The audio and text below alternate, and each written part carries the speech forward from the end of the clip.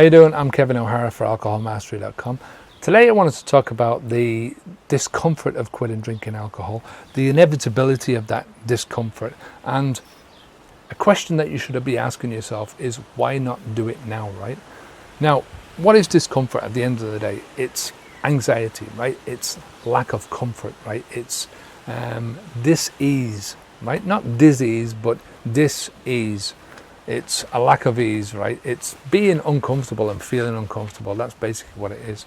And whenever you're quitting drinking alcohol, whenever you're getting rid of any serious habit in your life, any sort of big bad habit, right, then you're going to have a certain amount of discomfort attached to that because you're needing to, I like to say get out of your comfort zone, but what you've got to do is you've got to bring up the old habit into your conscious mind, right? You've got to think about it. You've got to think about so many different aspects of the habit, and that's all very difficult, especially when you're used to doing things on a subconscious level. I mean, every habit is made up of thoughts for a start, right? That's what is the basis of your habit.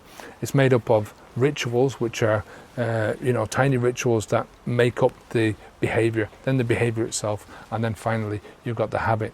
Now, if you ever want to quit drinking, you've got to put yourself through this discomfort. It doesn't matter when you stop, right? Or how you stop, or how long you wait, right?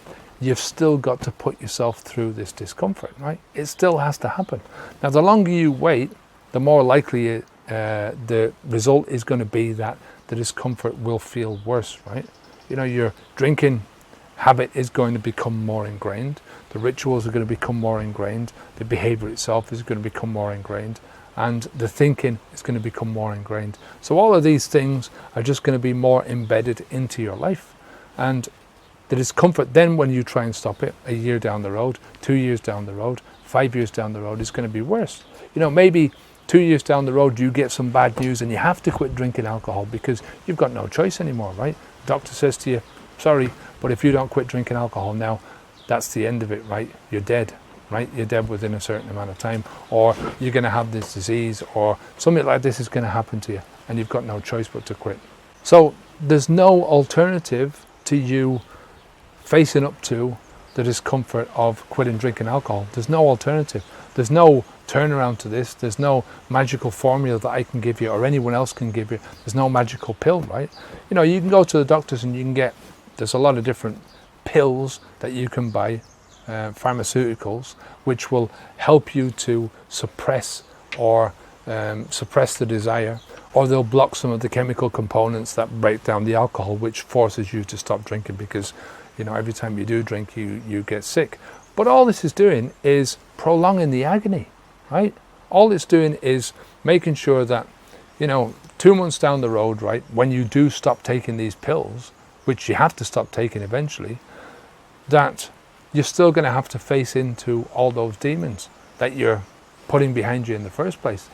And then you've got also the fact that you're taking a pharmaceutical into your body, a chemical substance into your body that there's no drug out there that nobody knows the side effects for everyone. And that's including stuff like the most common pills like aspirin and paracetamol and all that kind of stuff, right? You know, the older pills have got more, there's more knowledge surrounding them, but you know, when you're talking about these pills that block this or cause this thing to happen, you know, they don't know the little subtle things that are happening in the background, and there's always an awful lot of side effects with these things. So you know, there is no magic pill. The pill itself is going to cause you discomfort, right?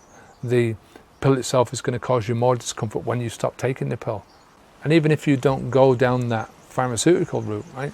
Even if you sort of rely on your own willpower to do this, if you keep going through that cycle of stopping and starting and stopping and starting, giving into temptation, and then like digging yourself and beating yourself up about it and stopping again and then giving into temptation again, you know, all that's going to do is bruise up your feelings of self-control, right? It's going to bruise up your feelings about your own self-confidence, and that's not a good thing in the long term, because the more you do this, the less confidence you've got in your own abilities to carry on doing this.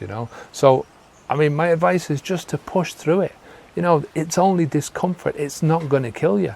you know, for 99.9% of the people that quit drinking alcohol, they're under no risk whatsoever, right?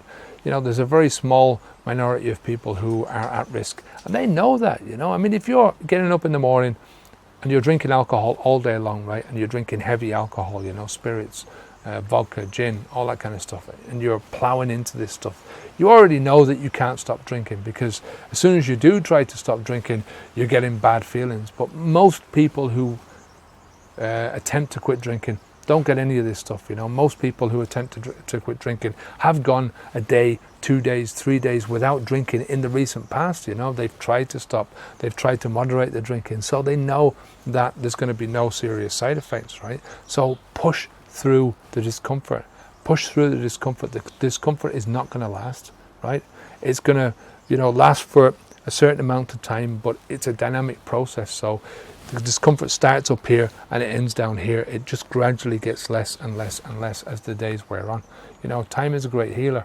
Once you pass through that first day, you've got some experience behind you. The second day is going to be better. The third day is going to be better than that. Week 2 is going to be better than week 1. Month 2 is going to be better than month 1. And just keep persisting and persisting and persisting.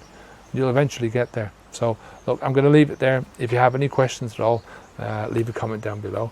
Come on over to the website if you want to get our Alcohol Mastery Starter Pack, which includes 3 different video courses and 3 different books and a couple of other bits and pieces in there. It's absolutely free. All you have to do is leave your name and email address and I'll send it right out to you.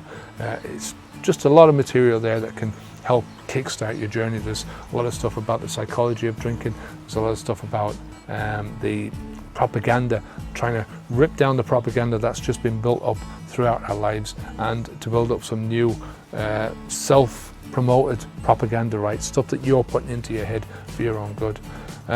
So until next time, I'm Kevin O'Hara for alcoholmastery.com. Stay safe, keep the alcohol out of your mouth, keep pushing and pushing and pushing. The discomfort is not going to last, right? The discomfort is only temporary, so keep pushing through. Take care of yourself, onwards and upwards.